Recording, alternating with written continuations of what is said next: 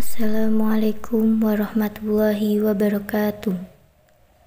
Yang saya hormati Bapak Dr. Muhammad Fatoni selaku dosen pengampu studi Quran Hadis dan teman-teman yang berbahagia. Pada video kali ini saya akan membahas mengenai sejarah kodifikasi Al-Quran. Berbicara mengenai kodifikasi, apa sih yang dimaksud kodifikasi Al-Quran? Kodifikasi Al-Quran adalah proses penghimpunan, penyusunan, pencatatan yang telah dihasilkan oleh pembakuan dalam bentuk buku, pemeliharaan, dan pencetakan Al-Quran sejak masa Nabi Muhammad SAW sampai sekarang ini. Lalu, kapan sih kodifikasi Al-Quran itu dilaksanakan? Kodifikasi Al-Quran pertama kali dilakukan pada masa pemerintahan Khalifah Abu Bakar Ash-Shiddiq atas usulan dari Umar bin Khattab, tepatnya setelah peristiwa Perang Yamamah yang menggugurkan para hafidz Al-Quran dalam jumlah yang banyak. Dan jika diperiodisasi, kodifikasi Al-Quran ini terbagi menjadi beberapa periode atau masa. Di antaranya adalah 1. Masa Nabi Muhammad SAW, 2. Masa Khalifah Abu Bakar Ash-Shiddiq, 3. Masa Khalifah Utsman bin Affan, yang keempat, pasca kodifikasi yang dilakukan oleh Utsman bin Affan, yaitu mulai dari pemberian titik, syakal, dan pencetakan. Yang pertama yaitu pada masa Nabi Muhammad SAW. Kodifikasi Al-Quran pada masa Nabi Muhammad ini dibagi menjadi dua metode, yaitu metode hafalan dan tulisan. 1. Metode hafalan, yaitu setiap kali malaikat Jibril datang membawa ayat Al-Quran, Nabi Muhammad langsung menghafalnya. Nabi Muhammad adalah penghafal Al-Quran terbaik karena Nabi Muhammad diutus untuk menyampaikan ajaran-ajaran Allah SWT. 2. Nabi Muhammad dan sahabat memiliki daya hafalan yang kuat. Sahabat yang terkenal sebagai penghafal Al-Quran ini antara lain adalah Ibnu Mas'ud, Salim bin Ma'qul, Ma'az bin Jabal, Ubay bin Ka'b, Abu Zaid bin Sakan, Abu Darda, dan Zaid bin Sabit. 2. Metode tulisan.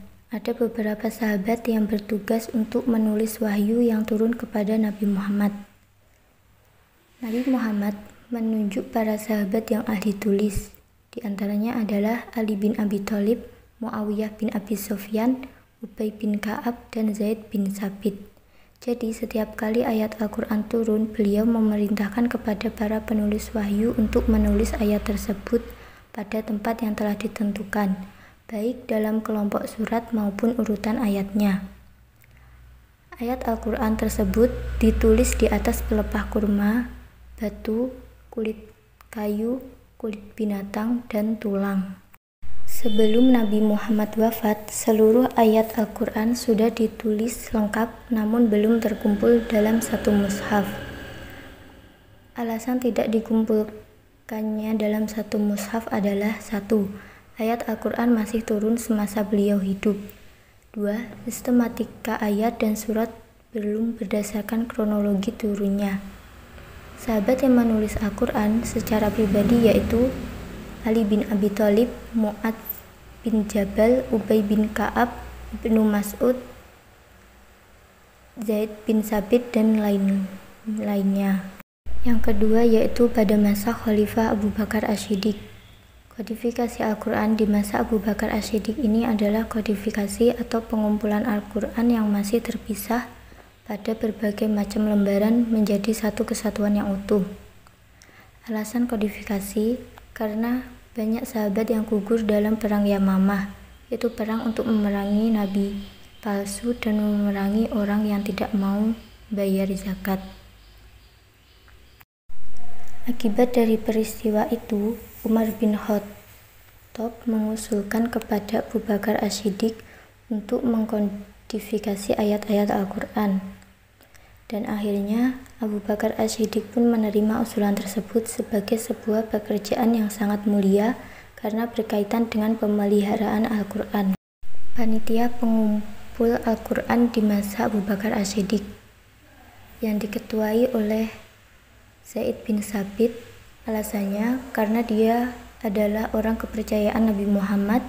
Juru tulis Nabi pernah mentadaruskan Al-Quran di hadapan Nabi Muhammad SAW.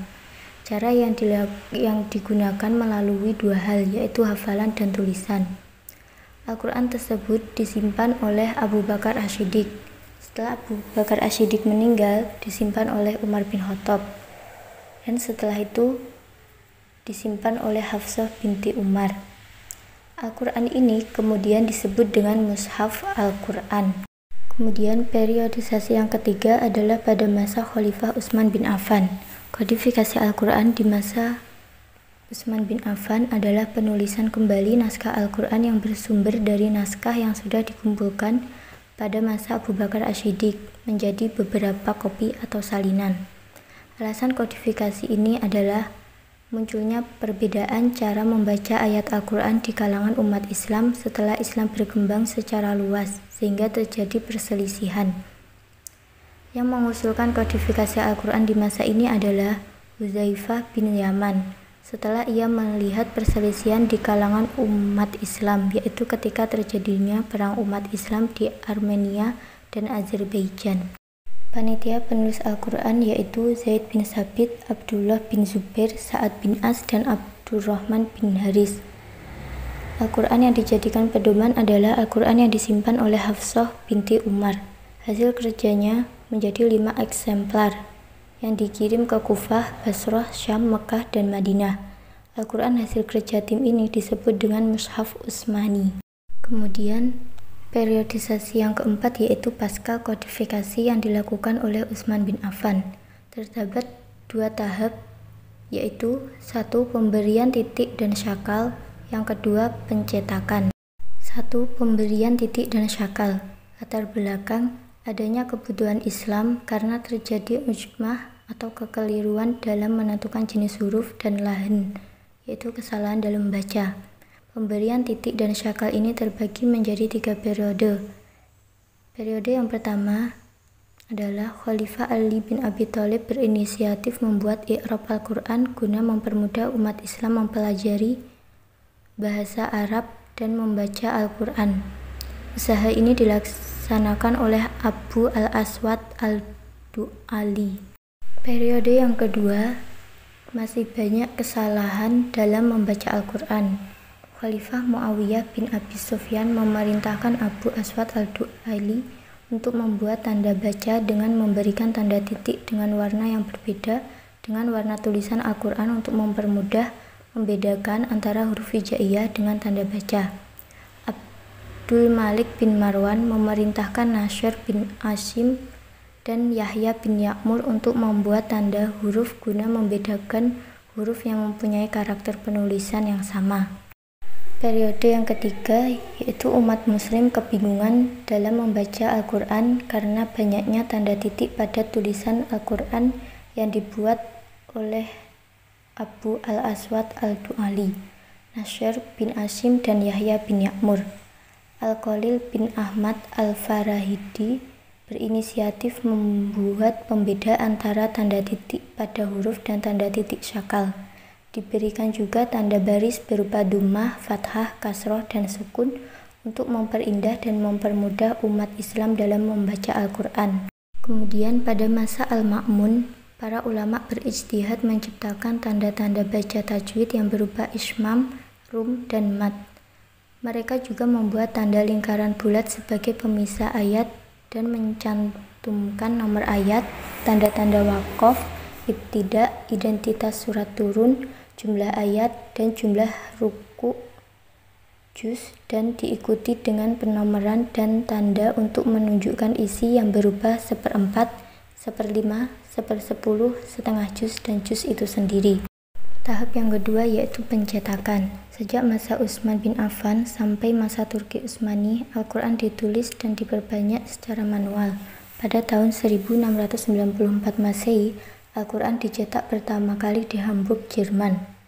Tahun 1828 Masehi, Al-Quran dicetak oleh negara Islam yaitu Iran di Teheran dan Tibris. Percetakan yang khusus untuk mencetak Al-Quran muncul di Leipzig, Jerman tahun 1834. lalu berkembang pesat pada abad ke-20 hingga saat ini. Mungkin cukup sekian pembahasan yang bisa saya sampaikan. Ada kurang lebihnya saya mohon maaf. Wassalamualaikum warahmatullahi wabarakatuh.